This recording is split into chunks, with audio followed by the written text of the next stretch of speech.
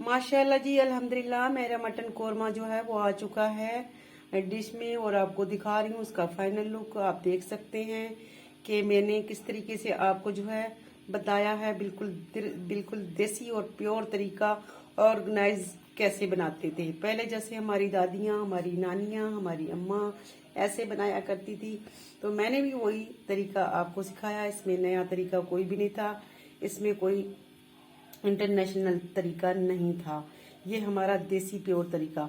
तो अल्हम्दुलिल्लाह जी, आप देख सकते हैं मसाला कितना जो है मैंने थिक बनाया है, और अल्हम्दुलिल्लाह। तो उम्मीद करती हूँ आज की रेसिपी मेरी ज़रूर आपको पसंद आई होगी।